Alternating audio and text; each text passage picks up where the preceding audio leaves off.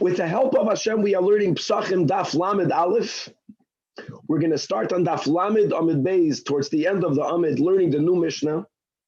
The new Mishnah that we'll start with today is a continuation of the Mishnah that we have on Daf Chav Ches, that tells us that there is a difference concerning Chametz, She'avad Olav Pesach, whether that Chametz belongs to a Goy, and as the Mishnah says, that Chametz is Muter Bahana'a, as we explained that our Mishnah is going, that the Mishnah is following Shitas Reb Shimon, versus the Chametz of a Yid, that She'avad Olav Pesach is biblically Asr, not only Bachila, but Asr Bahana'a. So we're going to learn in our Mishnah the concept of a lender who takes possession of the mortgage. If a person mortgaged one's chametz, as so to say, the insurance of a loan, question is, if he defaults on the loan, and therefore the lender, Taka, keeps it, is the pshat that he keeps it only from when the loan was not repaid, or the pshat is that the lender retroactively becomes the balabas of that mortgage, in our case of chametz. And therefore that's going to really play into whether that chametz is going to be permitted or prohibited b'achila ubahana, when we're speaking about loans between Yidden and Goyim, with all of the details as we're learning in the Mishnah. Now, b'chlal, the Gemara is going to quote a machlokes between Abaye and Rava, whether a bal choiv, right, lemafreya hu goiva or mikan lahaba hu goiva.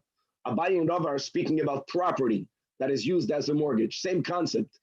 When you take possession of that property because the loan was defaulted upon. So again, is the pshat that you only took possession of it, mikano lahaba shitas rava or lemafreya?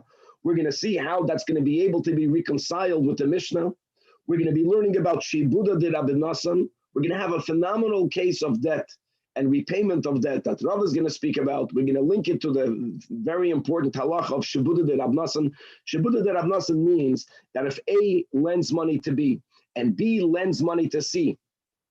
So it's not pshat that C has to repay B and then B repays A. That C owes the money now to A. C repays the money directly to A. We're going to learn about the din of Rabbi Yitzchak. Rabbi Yitzchak holds that Bal Choiv Koine Mashkin, that when a lender takes collateral, he's not a custodian over that collateral. He's considered a temporary, bona fide, full-fledged owner over that mashkin.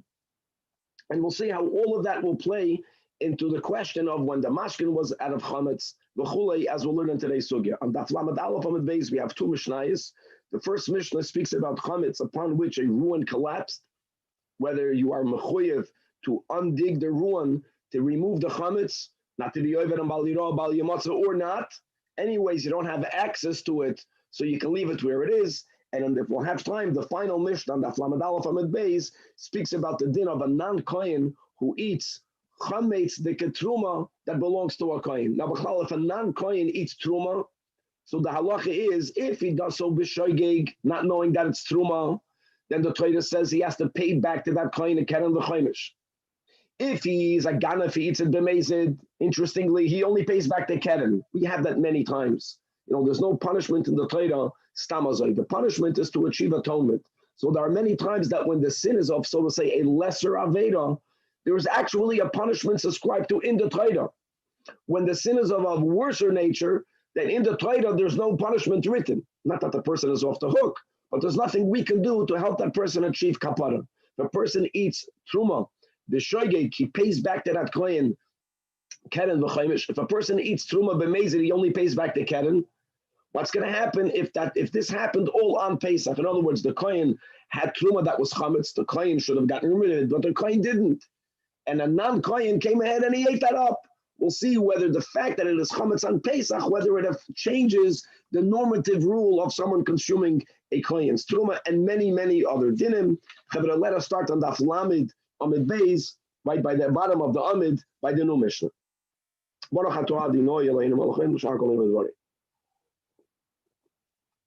Says the Mishnah, Nachri shehilvam es Yisrael al chametzoi. A goy lent money to a yid, but he wanted to have some sort of assurance that just in case the Jew will default, he'll have what to collect it from. So the yid, the loan happened before Pesach. The yid gave the guy chametz as an insurance for the loan. Says the Mishnah that Achar Pesach muter bahana. After Pesach, let's go with the Rishonim that learn that the loan was due after Pesach, and indeed the Jew defaulted, and now the guy takes possession. He owns the chametz. Says the Mishnah, it's muter bahana. Wow. In other words, it's not the pshat that since the loan was only due after Pesach and the default was after Pesach, that the guy owns the chametz from after Pesach and onwards. If that would have been the pshat, that means the chametz would have still belonged to the Yid during Pesach. We learned in the last Mishnah that chemtzoi shel Yisrael she'avar olav Pesach is asur bahana. The Mishnah is telling you that no, the pshat is that the guy owned the chametz already the whole time. Belongs to a guy. Chametz of a guy is muter bahana. Let's read inside the Rashi. Look inside the Rashi in the Mishnah. The loan happened before Pesach. And all of Pesach. Muter bahana, says Rashi, like that what is unique in our Mishnah, that that the Yid not only used the Yid's chametz as a guarantee, but he already deposited the chametz in the house of the goy. And and the loan was due after Pesach, and the Yid defaulted. But the kivin the matas money veloy pare, and the guy doesn't even have to collect it because it was already in his home. So therefore, that the that from when the Yid deposited that chametz, it already belonged to the guy. So it's chametz of a guy which is muter bahana, and the same thing. Let's go back in the Mishnah, the opposite direction. That Yisrael shehilva esnochli al chametzoi. Yid lends money to a guy. The guy used the guy's chametz as a guarantee. Same thing. Not only that, but we have to add. But then the guy deposited the guarantee in the house of the Yid. Comes after Pesach, the guy defaults.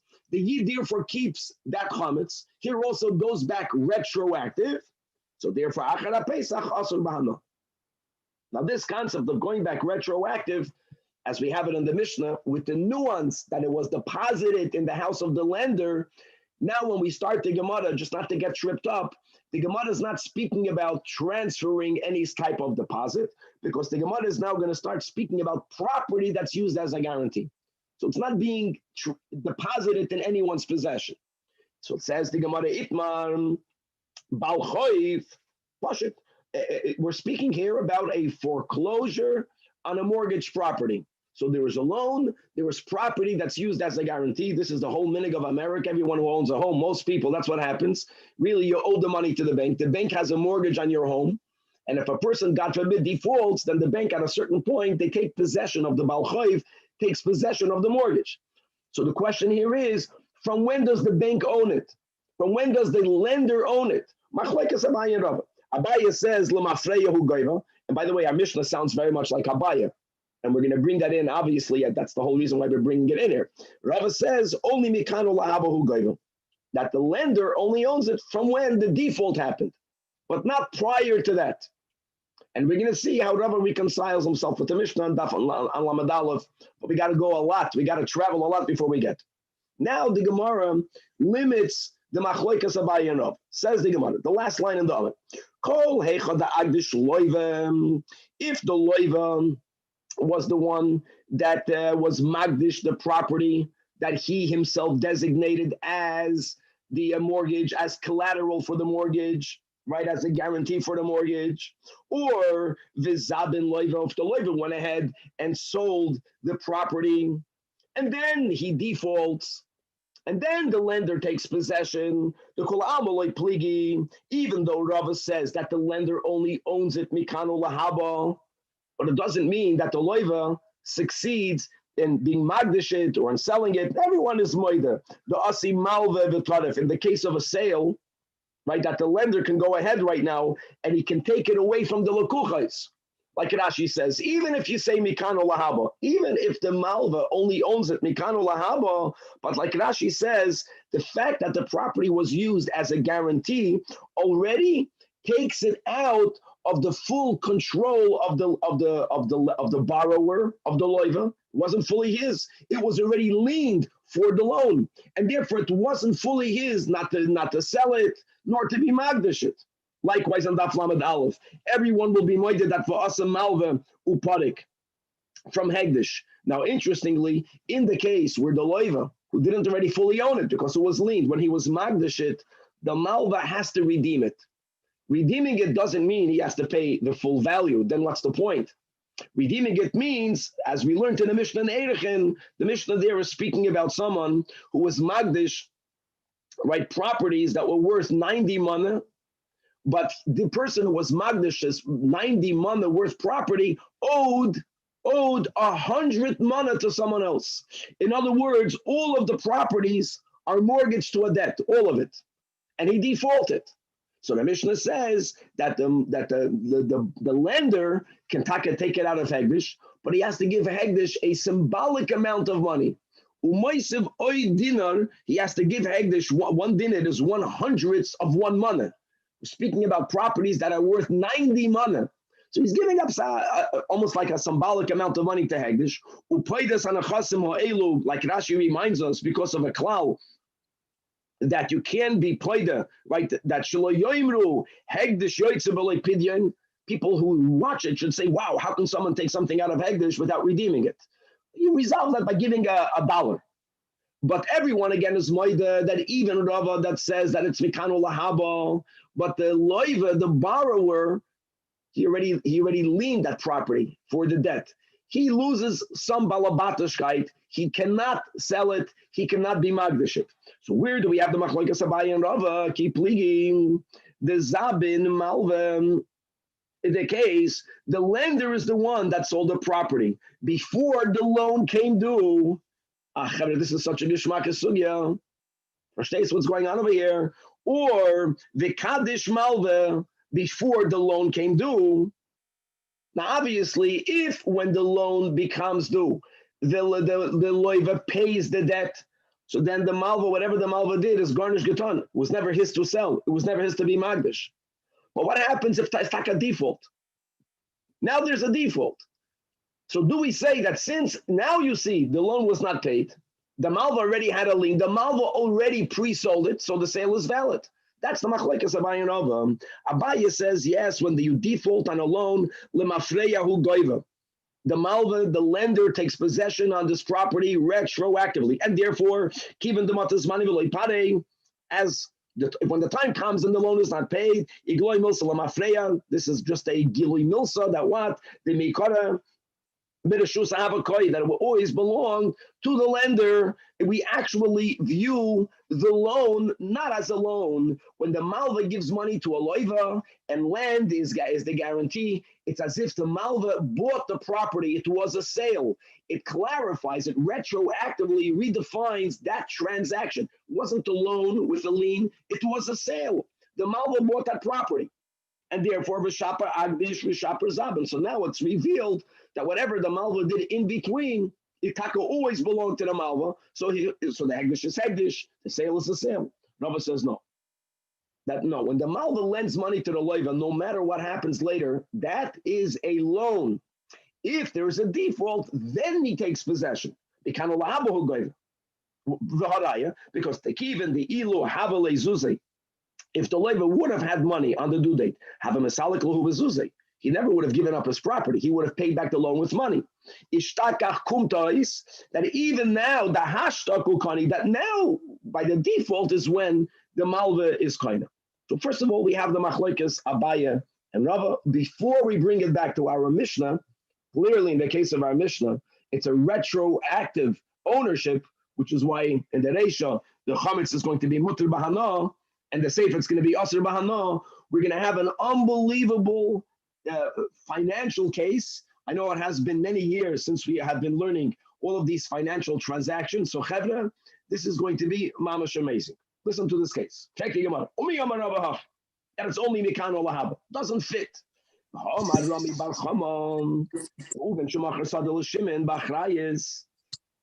Listen to what's going on over here. This is the weak link of the transaction.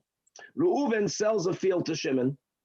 Now, if Reuven would have owed money prior to the sale, a debt which would have liened the properties of Reuven, then Shimon, who bought the property, is vulnerable, because then if Reuven will default on that loan, Shimon can lose his property.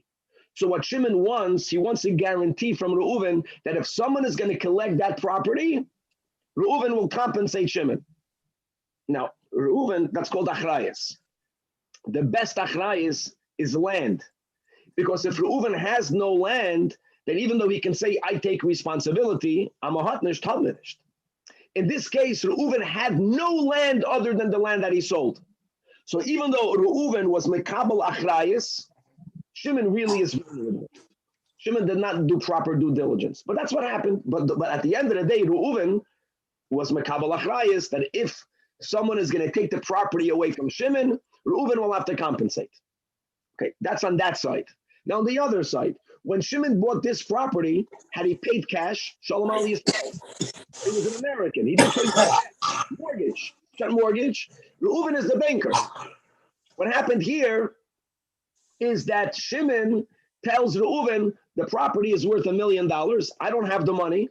I owe you $1 million. What is the guarantee for Reuven that if Shimon defaults, what's the guarantee for Reuven? The same land again. The Zakvan Olav B'milva, right? The price, the debt for the purchase was converted into debt, and that was secured by the land itself. So ironically, this same property is going to guarantee that if Shimon defaults, Reuven gets the land back. If someone else takes the property away from Shimon, theoretically, this property, it doesn't work that way. Someone else takes it away, that's because they had a prior lien. If they have a prior lien, then there's nothing Shimon can do by getting this property back. But still, there is an achrayas that Reuven took upon himself, just in case someone takes this property away from Shimon, Reuven is going to compensate him. Now, what happened here is Reuven passes away. Umeis Reuven. Indeed, Reuven owed someone money. And if Reuven would have been alive, that person would have come. Reuven would have had nothing other than that property. Then that person would have taken the property away from Shimon. That's exactly what happened after Reuven's passing. But also, Reuven, someone to whom Reuven owed money, whom he did not pay, he comes along to collect his debt. Reuven is not living. Really, you can add, he goes to the children of Reuven. The children of Reuven, my friend, in this case, when a father owes money, but he leaves no land that is bequeathed in the estate, then the children don't owe the debts of the father. So there was nothing he could have collected from Bnei Reuven. So who does he go to? He goes to Shimon, and V'taraf leim is Shimon, correctly so. Now, Taraf means he's trying to collect it from him. He's telling, listen here, Reuven owed me money. The land that you bought, you didn't do due diligence. That land was already linked to me. Give me my land. Now, Shimon would have lost the land. Shimon didn't want to lose the land. But guys, don't forget, Shimon didn't pay for it yet. So you know what Shimon did, the Chacham? Shimon said to himself, listen, I don't want to lose this land. I really owe the money now to the Yisraelim of Reuven, right? I didn't pay the father, I owe the children. Instead of me paying Reuven, I'm going to pay the creditors of Reuven. I'm going to pay them the $1 million, which is exactly what he did.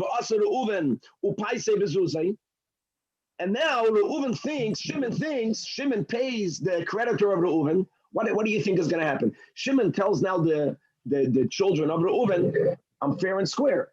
I know that I didn't pay your father yet for the property. I know that. But on the other hand, I got rid of your father's. Okay. If you can just mute your thing, that would be amazing. Maybe I can mute it. All right. So now, look, Gabba Cook says the Gemara that Shimon, because of his ignorance, now is going to lose, pay the price. He has to still pay the debt to the Bnei Reuven. He's really, in other words, going to pay for the property twice. Dinahu the Asa Bnei Reuven, really, the Bnei Reuven can come to Shimon and tell him, Shimon, the last narrow line, Anan Mitaltalin Shamek Abuch Kabach. Listen here. When our father passed away, he had no property.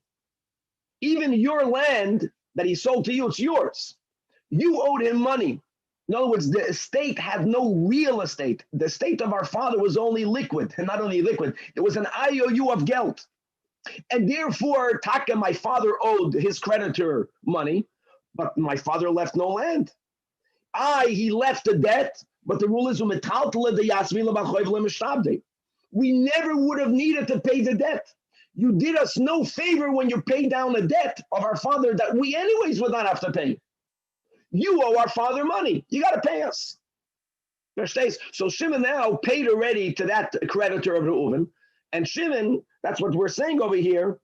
Rami Bar Chama is saying that, listen, Shimon, from the lack of his knowledge, will really have to pay twice, which is terrible. He paid once, he still owes the money. However, Rava says, I have a way for him, Taka, to theoretically pay Shimon and for him to get the money back. I have a solution for Shimon. If Shimon is wise, how are we wise? By learning Gemara. If you don't figure it out on your own, you'll see over here the solution. That magbilahu ara, force the Bnei Reuven, right, to collect land. Now, by the way, if Shimon has cash, Hitaka doesn't owe the land. He owes money. He owes money to the father. He owes money to the children. But let Shimon, even if he has another liquid $1 million cash, let him claim Chanishkin Geld. So now Bnei Reuven are going to collect the debt by taking this land. What happened in the beginning? When Reuven sold the land to Shimon, he sold it ba'achrayis. There was a guarantee that Reuven undertook. What was the achrayis? Now he has land. Now there is land in the estate of Bnei Reuven. So now Shimon takes it back from them. Guys, I know that if you would have more time, we would have more time for this to register, but this is perfect. Because if Shimon is going to pay Bnei Reuven with money, they're going to end up paying twice. They pay to the creditors of Reuven. Now they have to pay their debt again. They have to pay their debt. But if they pay their debt with land, now this is all because the land was always in the possession of Bnei Reuven. That's again going back to this topic of once you default on a loan and that the land that was used as a guarantee is being taken of possession of, it's azah limafreya, that's the initial understanding. So it's as if Bnei Reuven always had property. So there was always an achrayis for Shimon. Shimon lost his property. Shimon gets his property back right now, so to say. Don't forget, nothing wrong happened here because Shimon really paid for it. Just he didn't pay for it to the Bnei Reuven, he paid to it to a creditor. But at least he won't have to pay twice. Now, Rava is proving that this ruling is correct. What's my proof, says Rava? Because the Amar Rav Nachman have a precedent. What did Rav Nachman say? Right?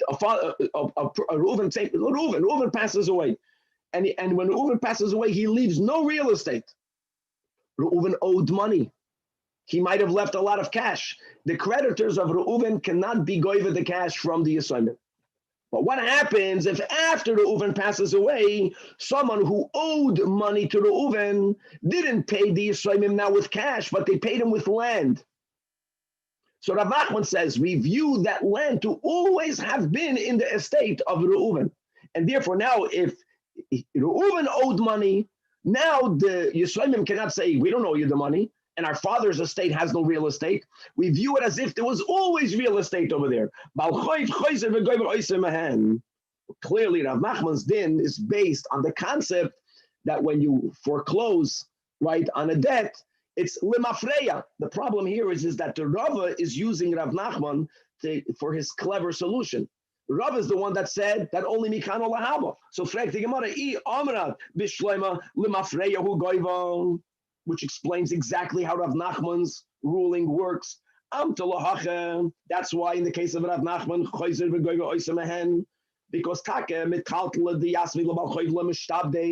but the real estate is mishubat, and therefore, even though they only got the real estate after the father passed away, it can be 10 years later.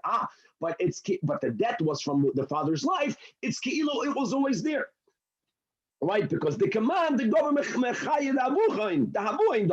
but which is what Rava says on Daf Lamed Amud Beis, that when it comes to a balchoiv, we're speaking there about the real estate. Then I might why is this different?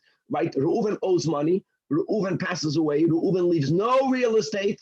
There's nothing the Balchayv can do to the Yisraelim. What happens if the Yisraelim, out of their own pocket, they buy now new real estate?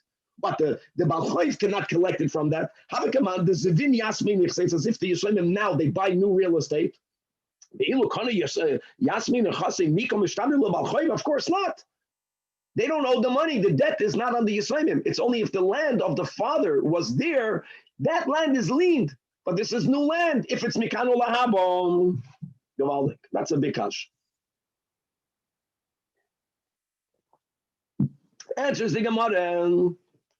Shani Hassan, and Hassan here goes both on the case of Rava and on the case of Rav Nachman. Yes, Rava holds it's only Mikano Lahaba, but now we will introduce this concept of Shibuda de Rav Nassan, which means, and in Rava's case, it's going to be a very, very creative application of Shibuda de Rav Nassan.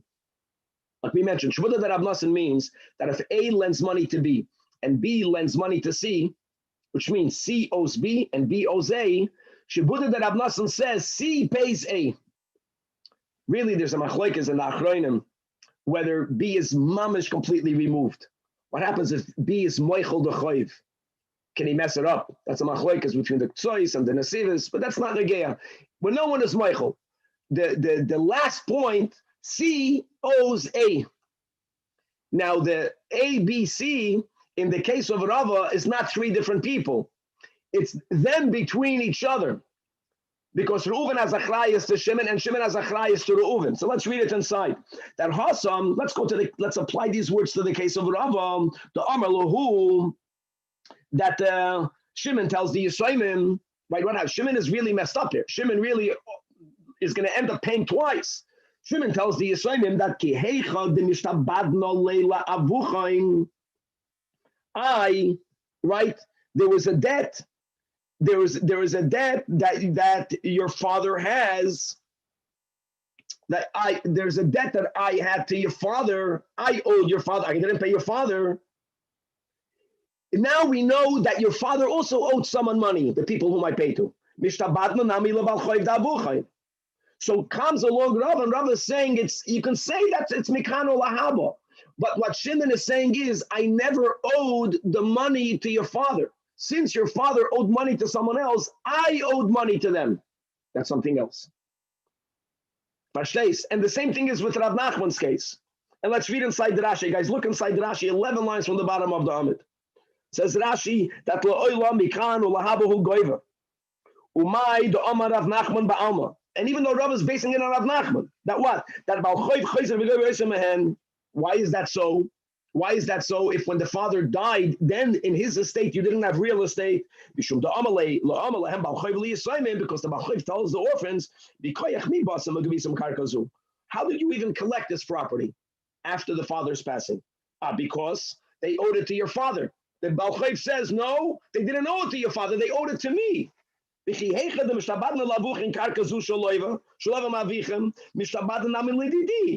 I lent your father money. And therefore, your father doesn't belong here. I'm taking your father out of the equation. The land lechatchila belonged to me. It's not because it's lemafreya. The debt lechatchila was to me. Therefore,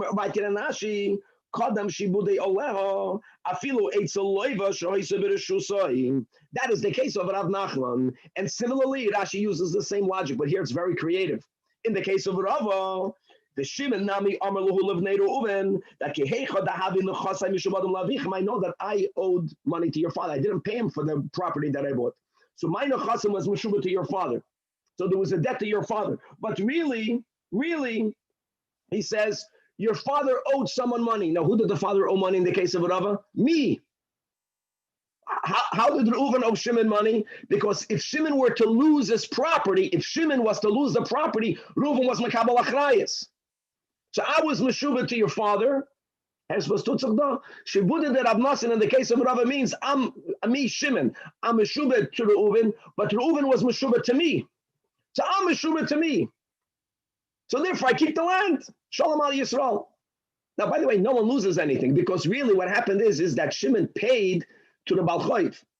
But what's going to, Shimon is saving himself if he's going to bring in Shibuda de Rab Nosson, not to have to go out of pocket twice. Let's read it inside the Gemara. Mi de Rab Nosson, the Tanya Rab Nosson Omar, how do you know if a person has a claim of a man against someone else? He has a claim of a man against someone else. But that someone else has a claim against someone else also. Like C to B to A. That indeed, that you don't say C pay B and B pay A, but C lechatchila straight pays A. Should be C as ever noise to lozem. And the pasuk that we learn in Bava Kama is V'nasan. The parsha there is about someone who takes an oath, lying that they owe money. They lie that they don't owe money. So whether they stole, whether he was an employee, he denies owing money and he takes an oath, right? And then the punishment is that he has to bring a carbon hasham gezelos and he has to pay akedem v'choimish. Who does he pay the money to? So the pasuk writes in Nasai. This parsha is written twice in the Torah, but the first time is at the end of Vayikra, and then you have another detail. I think in Nasai it's about if he takes an oath from a get and the get passes away and the get has no heirs, so he has to pay the money to the kohen. And the uvart is because the kohen represents God. The nosan la asher osham loy, and as the Gemara tells us that the Torah could have written la asher noishe boy, la asher osham loy means pay to whom the person from whom you stole owed money. Pay straight to that person. That's the source of Shibuda de Rab Nos.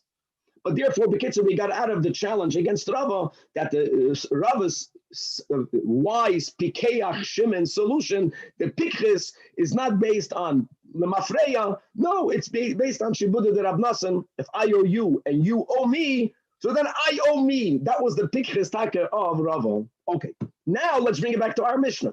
As we pointed out, now we already read the Rashi, that our Mishnah was also, there was a deposit, but Rashi already spoke out the Maskana. When you read the Mishnah Pshat, it comes out l'choira that whenever there's a default in our Mishnah, it's not real estate; it's about metaltalin, it's about chametz. But goyva lemafreya, for you to say in the Reisha that when the goy was the lender and the loan was due after Pesach, it's considered chametz of a goy over all of our Pesach. Tanan in our Mishnah, Navi Nachi Shilvas Yisrael, the goy was the one that lent money. Al chametza, he used the chametz of a yid as a security. Achar Pesach, after Pesach, when the loan was due and the yid defaulted, now the guy takes possession. Mutar b'no. So very good. Now obvious. Like Abaye, that lemafreya who goyver. Am telachim mutar b'no because pshat is goy owned the chametz the whole Pesach. And as we learned in the Mishnah Daf Chav Ches, such chametz is mutar b'no.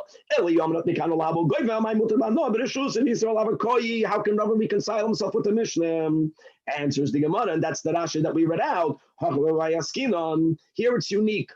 What happened over here, Kishi Etzloi, that the Yid deposited the chametz by the goy, and like Rashi said in the Mishnah,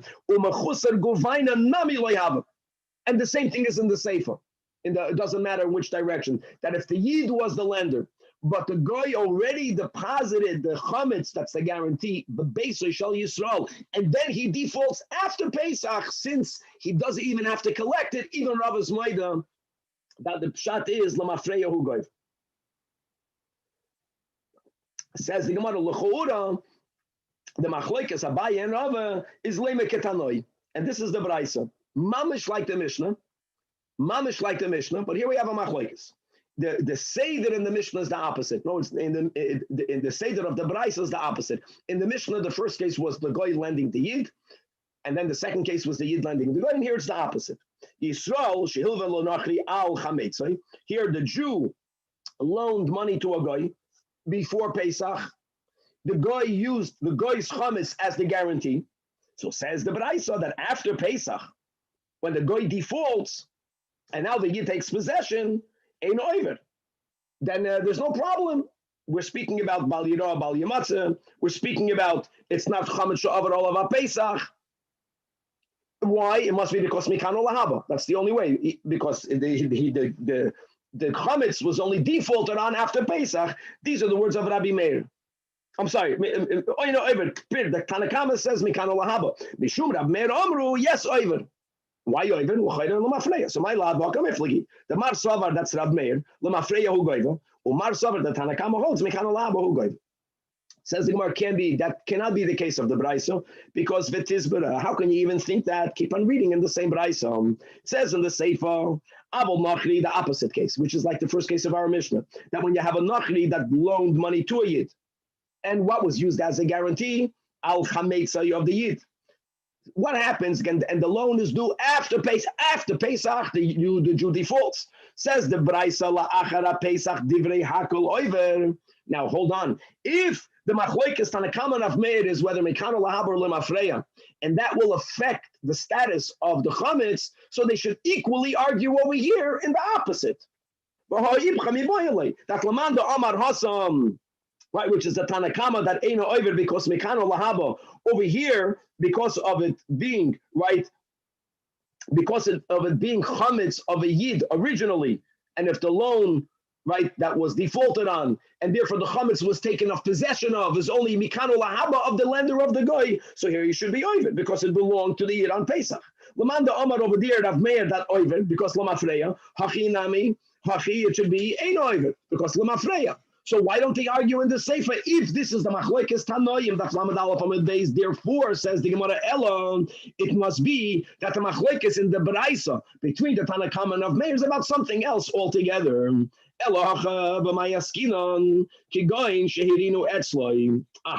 Here again. Here, let's go with Rava. Really, normally mikano lahaba, but here the chametz was deposited in the possession of the lender. And let's add here, the Gemara says, so what's the machlokes? Hold on. We learned in our Mishnah only one shita, that if it's deposited in the possession of the lender, then when the loan is defaulted upon, then for sure the lender retroactively ki'ilu becomes the balabas. Here there is another nuance. Now, even though Rabbi Yitzchak is an Amayra, but it is about the topic revealed to us through Rabbi Yitzchak, which is really the machlokes tanoim. What does Rabbi Yitzchak say? Ukamiflegi, in the rule that we have from Rabbi Yitzchak. Let's go mikano lahaba. There's no retroactive. Let's go with Rava. But there's another question. When I am in the possession of a mashkin, that's the meaning of a mashkin, I took something as a guarantee. Rabbi Yitzchak holds that during that time, the lender is not a custodian. He's mamash a balabas, which is amazing. Now, is he a balabas, period? No, because if the loan will be repaid, he has to give back the mashkin. But during that time, he's mamish the owner. That's the issue of the Braisa. Nothing to do with mekano lahaba lemafreya. Whoever was in the possession of the mashkin, if you subscribe. Now hold on. So why don't we have in the Sefer of the Braisa the same machlokes? The Gemara is going to speak out because this din of Rabbi Yitzchak is only when it's between a Jew and a Jew. Let's read it inside. What's the source of Rabbi Yitzchak? Because in Parshas Kisei, when the Torah speaks about a lender taking a mashkin and the borrower is an ish aniyu, and the Torah says leisishkav ba'avoitoi, right? Hashev tashev loy. And then you can take it back. So if you took his mattress, give it back to him every night. If you took his work instruments, give it back to him every day, and then take it back. And the Torah says the words, and to you, the lender, the malva, ulachati at tzedakah. So says Rabbi Yitzchak, why do we call this an act of tzedakah? Tzedakah, little. I know you can always understand what it means, but pshat, tzedakah means something belongs to you, and you give it to someone else. So says Rabbi Yitzchak, if the malva doesn't actually own it, it's tzedakah minayin. So mikan labal chayv shekayna mashkin. Well, so now let's work it out on the Braisa again. The problem in the Braisa still stands, and in the Reisha there is a machlokes tanoim, and in the Sefer there's no machlokes. Why not? So this explains. The din of Rabbi Yitzchak that we have from Rabbi Yitzchak, which comes from the Torah, so the Tanaim also had that same din, if we'll go with that, is only Jew, the lender and the borrower are both Yidden. And that is where who the Koren Publisher tzedakah. But Av Yisrael minachi, in other words, when the Yid takes security from a guy, which is the case of the Reisha of the Braisa, right, that the Jew was the lender, the opposite order of the Mishnah, then Loi Kani, that's the Tanakama. And Amir holds Kal v'chomer Yisrael Kani Yisrael Minachi like Kol Shchein. And therefore, according to Rav Meir, the chametz belong to the Yid. Not because of default later. I don't need that, Bachlal. Because while he was in possession of the mashkin, he owned it. Belongs to a Yid. Chametz that belongs to a Yid becomes Asur Bano. However, in the Sefer, Avol Nachri, when the goy is the lender, Shehilva Es Yisrael Al Chametzoi, and Achara Pesach Divrei Hakol Oiver, Hasam Vadai Nachri Mi Yisrael Loi Kani. Gavaldik. Okay, because we did not refute any of these opinions, not Abaye, not Rava. We explained the Machlokes in the Braisa, which expounds the Mishnah. Says the Gemara Vayt. I mean, where are we at right now? That L'Kula Alma, Goy does not acquire their security. A Goy does not acquire their security. So let's go to our Mishnah. And it says in our Mishnah now, in the first case of our Mishnah, when the Goy was the one that lent the money to a Yid, Al Chametzai, right? And after Pesach, when the loan was due, the Yid defaulted, and therefore the Goy kept on the Chametz, Achar Pesach Muter Bano. Correct the Gemara, and he nami the hirina yetzloi, as we explained on Amadala, if it was taka deposited by the Goy. But didn't you say right now that Nachri Yisrael loikani? So again, guys, according to Abai, there's no kasha. This all is back on Rava.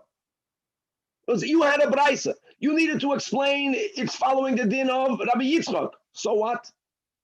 Doesn't help, because in this case, the Goy does not acquire the security of the Yid. So it didn't belong to the Goy. If it didn't belong to the Goy, why is it Mutar Achar Pesach? Now again, La Abaya, there's no kasha, but the kasha is on Rava. So here we have to add another detail that Rashi did not mention. It must be, and by the way, that's a stira between the Mishnah and the Braisa. It's also a stira, Machlokes Tanoim, it's not a Machlokes Tanoim. Like kasha, our Mishnah is where the words May Achshav were used.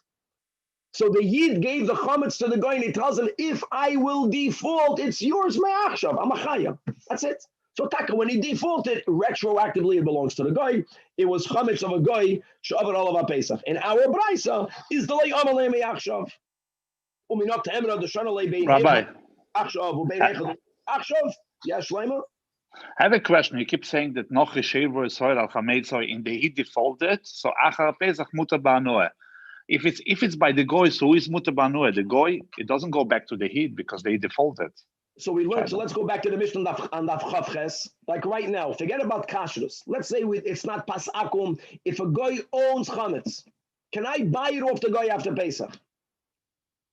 No, so we learned in the Mishnah that if the chametz belongs to a Goy during Pesach, it's mutter for a Yid after Pesach.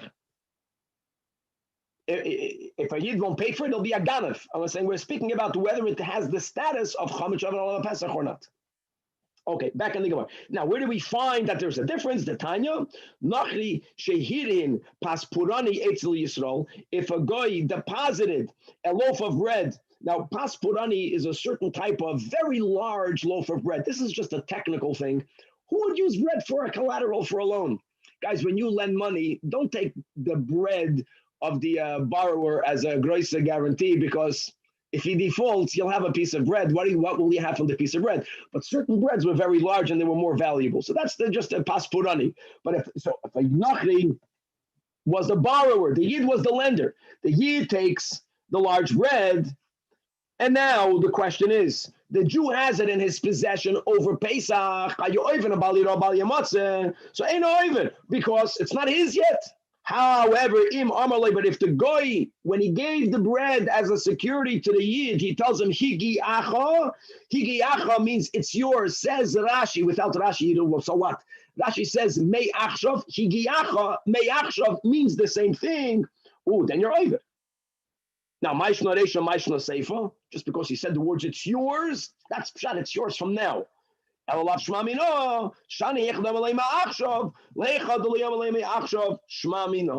Bekitzer, our Mishnah does not refute the sheet of Rava that stands that Bechlal, when it comes to the Malva defaulting, taking possession of, right, the foreclosing on a mortgage, he only owns it mikan ulahaba. And our Mishnah was on all of these cases. It was deposited by him. There was a me'achshav v'chule v'chule. Okay, let's go. Let's go. If he says me'achshav, does it still have to be deposited by him, or like does he need both aspects that it has to be deposited by him and they have to say me'achshav, or can I he don't leave know. it Okay, just to say that he's asking what happens if he says ma'achshav, but it's not deposited by him. And you have over here also. I'm sure that Rishonim speak about this. I would say logically, if he says ma'achshav, then it's chametz shavar olav Pesach, or in the opposite, which either way. Okay. Meaning, does it help to say me'achshav if you're not in possession of it? Why would that be? Why would that be? I don't know.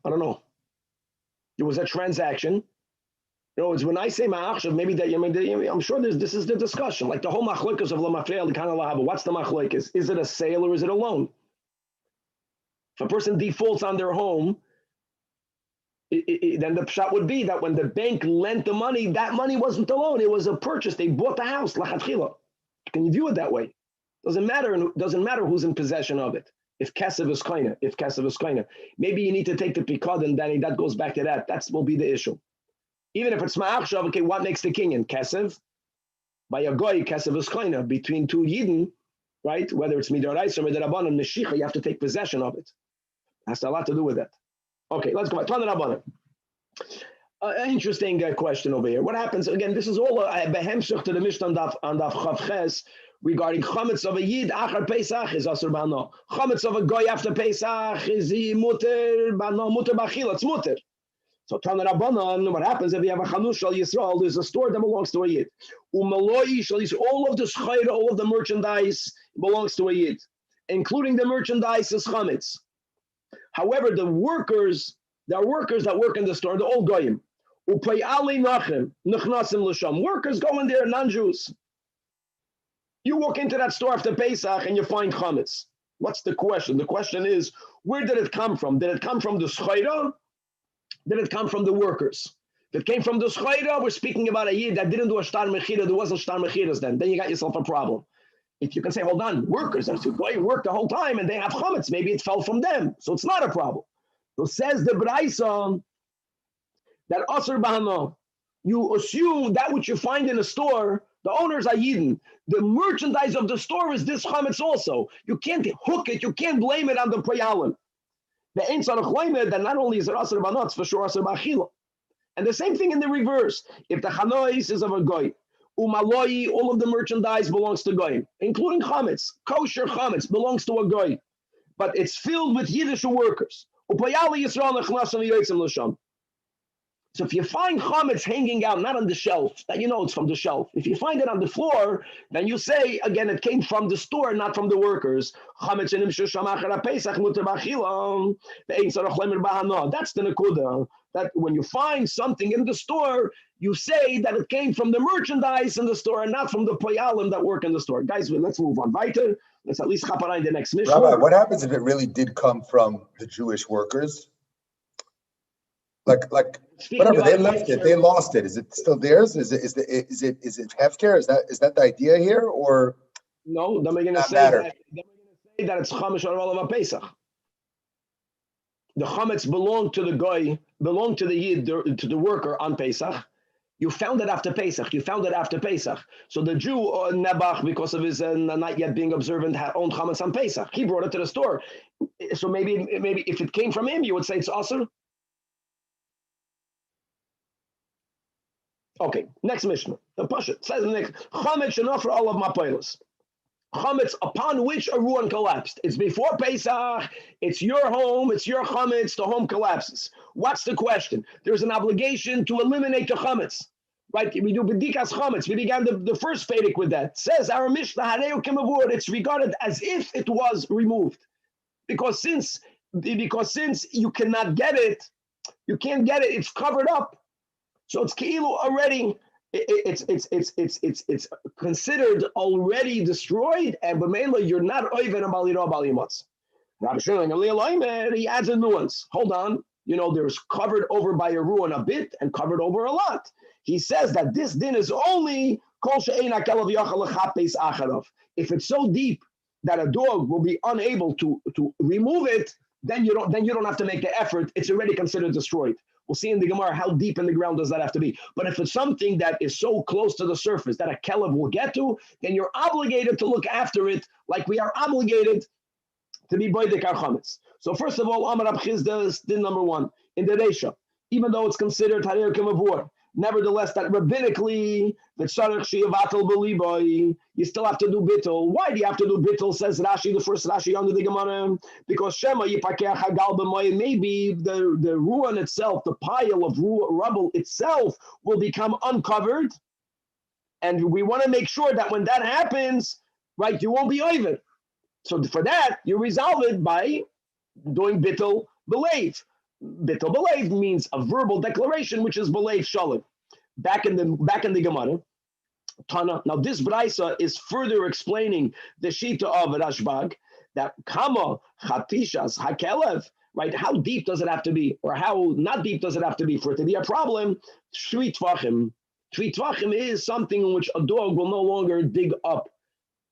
Masha'enkin, if it's less than 3 tvachim underground, then that is exactly what Rabbi Shimon ben Gamliel is saying. Then you are obligated prior to Pesach to dig it up yourself and to get rid of it. Oh, now that you gave me this 3 tvachim shiur, I'm asking you a question. It's not exactly the same, but related. We learned that ksafim ein lehem shmira ela b'karka. So when we're going to learn the bavas, right, and bava metzia with our children, the basic obligations and responsibilities of the shomer. So a shomer chinam, aleph, he doesn't even get to use it. He's doing a favor, and he's doing it bechinam. He, so to say, is the least responsible. So not only if it was an oinus, is he not responsible to compensate the owner, but even geneva v'aveda, shomer chinam is spotted. Now hold on. What does geneva mean? Geneva means that a ganef went into the house and he stole it. So we learned in the name of Shmuel that if the shomer chinam did not bury the money upon which he was a custodian for in the ground, and then a ganef stole it, you don't say geneva v'aveda. You know what you were? You were a pesheya. Geneva v'aveda means I did the effort to guard it, and maybe I could have done a better job, but I did something that's good enough, and I'm a shomer chinam, so maybe I'm going to be potted. He says that if you bury money in the ground, you are a poisheya. Here the question is, what should bury in the ground? Do you have to bury it 3 tefachim in the ground? Do we apply the same shiur or not? So the question is, mi ba'in and shleisha tefachim oilai? So Amar lei, no. You don't compare one case to the other. Over here, why do we say 3 tefachim? Because mishum reicha, the dog has a good koyach of reach. And if the chametz won't be 3 tefachim or more under the rubble, the dog will smell it out and it'll dig it up. So it's going to be undug. So you can't say it's karei kimavur. It will become revealed. But over there, so they were shleisha tefachim. Over there has nothing to do with digging up. There it's pashut about when someone, God forbid, breaks into Reuven's house. If Reuven is the custodian, money that's buried won't be found. If the money is not buried, it's going to be found. That's called a pshia. Wow. So just to cover it, covering it, you don't need 3 tvachim to have something covered. Hassan mishum ikasuye me'enahu, only to keep it out of the eye. And therefore, okay, but vikama amara from bar papra misicha, how much? Yes, 1 tefach. Less than a tefach is also not called buried. But 1 tefach and 3 tvachim, 1 tefach to secure money, and 3 tvachim to secure chametz. Yes. This whole dog, measurement, right? We're worried about the dogs. Is it that if the dog is able to get it, then there's a chashash that someone will come to eat it? Is that why we're so worried about the dogs? No. Well, yeah, you're going. What you're saying is correct, but let's go back to the first Pedic. When I have chametz and I don't have it buried underground, and I made a proper bittul, why do I have to do bedika? That's again the first Tosfos. Why do I have to do bir chametz if I was mabatel belief? So let's go with Tosfos. Yeah, because since it's in front of you, and deloy badul minei dilma asila mechle. So the same thing is over here. When Pesach comes in, it's buried under the rubble. You know that the dog is going to uncover it, so you're going to have your chametz that's in front of your face. And is Rashbag arguing on the Tanakama? Is it like Rashbag doesn't make such a difference? The Tanakama is not so medagdik 3 tefachim or not. Rashbag is saying that's only correct when it is Okay, let's go back to the final. At least let's learn the final Mishnah, guys. We're opening up a whole new topic over here. Gavaldik Adin, and we spoke this out in the introduction. If a non-kohen eats truma, amazing. B'shoigeg, he has to pay back that kohen, the keren and a choinish. If he eats it b'mezid, he has to pay back the keren. Now, another interesting thing: if a yid by mistake ate up the truma of a kohen, what he pays back in produce, and that produce acquires kedusha of truma. Another interesting thing: the fact that I pay back keren and choinish and not money in produce, I pay back produce, and I ate 5 apples, I have to pay back. I ate 4 apples. I have to give back 5 apples. That's called the choinish, because now that you added the 5th apple, it's a choinish. Hold on, maybe when I ate the 4 apples, let's say maybe then the apples were worth $1. Maybe. Now, but now the apples that I ate have more value, have less value. We don't care. The moment I pay back in produce, that in itself is a proof that my paying back is not as tashlumin, it's as kapara. If it would have been tashlumin, then we have to know how much value that I take away from you. And when I pay you back with produce, okay, so shava kesef kekesef, it has to be of that value. We don't care about that. All of that again indicates that when I eat truma b'shoigeg, the penalty that I pay is called a kapara penalty and not a tashlumin penalty. Very unlike if, God forbid, a yid b'mezid steals from the kohen and he eats noch his truma. There, he only pays back the keren. Keren means that he owes him compensation like a ganef. Now, I know there's no kefil here, like a gazlan. Now, that's very significant because chametz on Pesach has no value because it's not also, it's also even bahana. So therefore, that's the whole question. If a person eats truma, chametz of a kohen on Pesach, so if he does it b'mezid, since the normal penalty b'mezid is like a ganef, on Pesach, the chametz, which is taka truma, has no value. It's asur b'achila, it's asur b'hana. So there's nothing he needs to compensate for. But if he eats it up b'shoigeg, there the pshat is he's not compensating for the value that he took away from the kohen, but from the sin that he ate up the kohen's truma. The sin is there. So let's read inside the Mishnah. Ha'oichel trumas chametz b'pesach b'shoigeg. Then we leave the halacha as it always is. Mishalim, keren, v'choinish. Beautiful. Like Rashi says 4 lines before the bottom of the Amid. Because lav lefi damim mishalim. This whole penalty of keren, v'choinish, b'shoigeg is not a monetary obligation. V'haraya, lefi mida. You have to give back the same amounts. Money, the value of food always changes. Us not caring about it is araya. It's all about kapara. So that you have to have kapara. Hilkach Rashi says lav basar damim mazlinim. Pay back. But if a person, God forbid, ate up the chametz dikatrom of a kohen b'mezid, here he doesn't have to pay back anything. And furthermore, not even b'mei eitzim. Look inside. Let's read inside the Rashi, the end of the Mishnah, 3 lines before the bottom of the Amid. In Rashi, b'mei eitzim, that if the truma that he ate was temeya, or if he used truma temeya, now truma temeya could be used, bahana. What does the kohen normally use it for? For fuel. Also, ein mishalom demei eitzim shahoysa ru'uya lahesek tachas tashviloi. Why? Mishum truma mezid ein b'choimish. And therefore, we know, like we explained, ve'ein tashlumel lekapara.